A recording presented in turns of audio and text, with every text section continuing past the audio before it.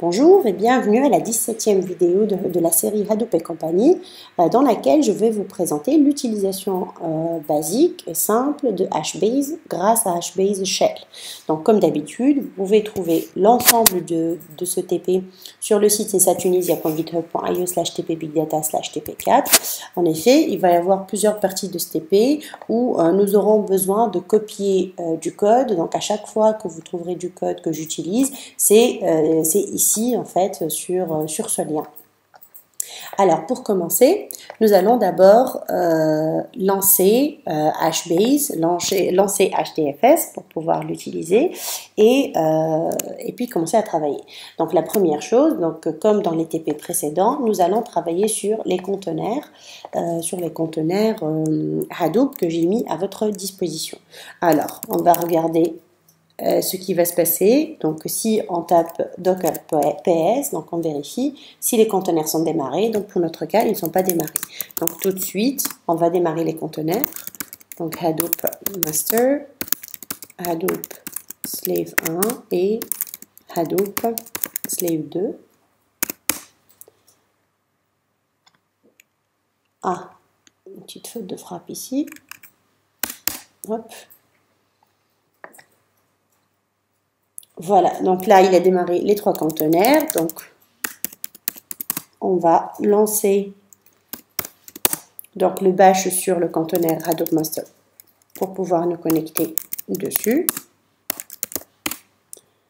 Ensuite, une fois ici, donc, on va vérifier déjà si le code si Start Hadoop existe. Donc, Start Hadoop est là.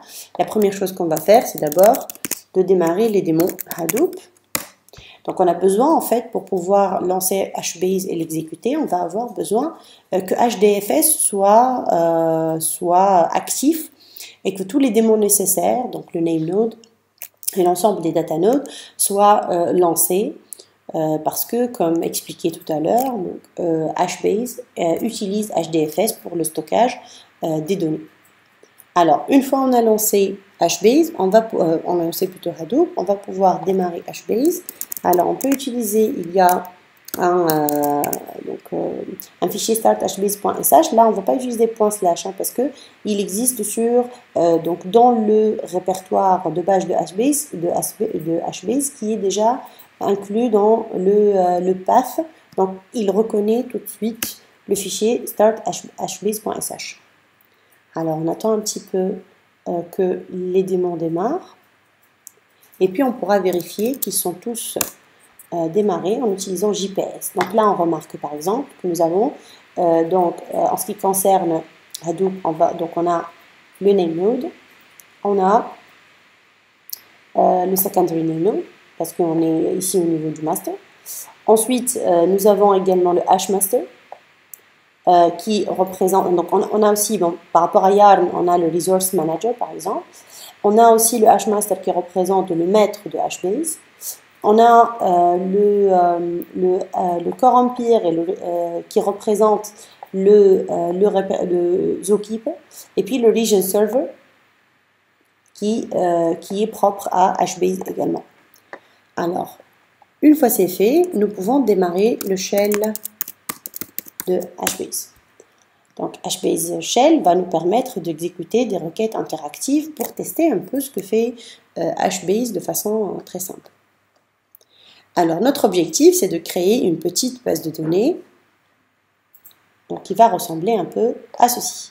Donc on va avoir deux colonnes family qui sont le customer et les sales. On va avoir 4 rows qui représentent donc les ID de chaque ligne. On va avoir le nom du customer, la cité, donc sa ville, et puis dans la colonne family sales, on va avoir le produit et le total. Donc là, par exemple, on n'a pas vraiment joué sur la flexibilité du schéma. Donc on remarque que pour chacune des colonnes, on a des valeurs qui existent. Donc c'est juste un exemple pour montrer comment est-ce qu'on manipule HBase, c'est tout. Alors on va d'abord commencer par créer la table qu'on va appeler Sales Ledger. Donc bien sûr, tout ce que je fais, tous les copier-coller que je fais, c'est à partir du TP que j'ai montré tout à l'heure. Alors, on va ensuite vérifier que la table a bien été créée en tapant list. Donc on remarque que la table Sales Ledger existe bien. Ensuite, on va pouvoir insérer plusieurs lignes. On va essayer de coller toutes les lignes. Voilà. Donc là, a priori, toutes les lignes ont été ajoutées. Apparemment, il n'y a pas d'erreur. On pourra visualiser le contenu de la table comme suit en utilisant Scan. Donc là, on remarque par exemple que nous avons, pour chaque ligne, on va avoir un ensemble de colonnes et de valeurs. Donc là, par exemple, dans la colonne, là en fait, ce qu'ils appellent colonne, c'est la colonne family. Hein. Donc c'est Customer. Donc pour la colonne City de la colonne Family Customer, on va trouver la valeur Los Angeles par exemple, avec toujours un timestamp, même si nous on n'a rien indiqué. Donc HBase va toujours stocker un timestamp pour chacune des données qui sont insérées ou modifiées dans chacune des lignes. Alors, une fois ceci fait, on pourra par exemple faire une requête d'accès direct à l'une des valeurs.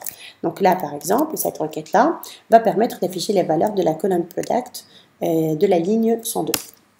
Donc là, il nous dit par exemple que le produit qui correspond à l'ID numéro 102 représente une lampe.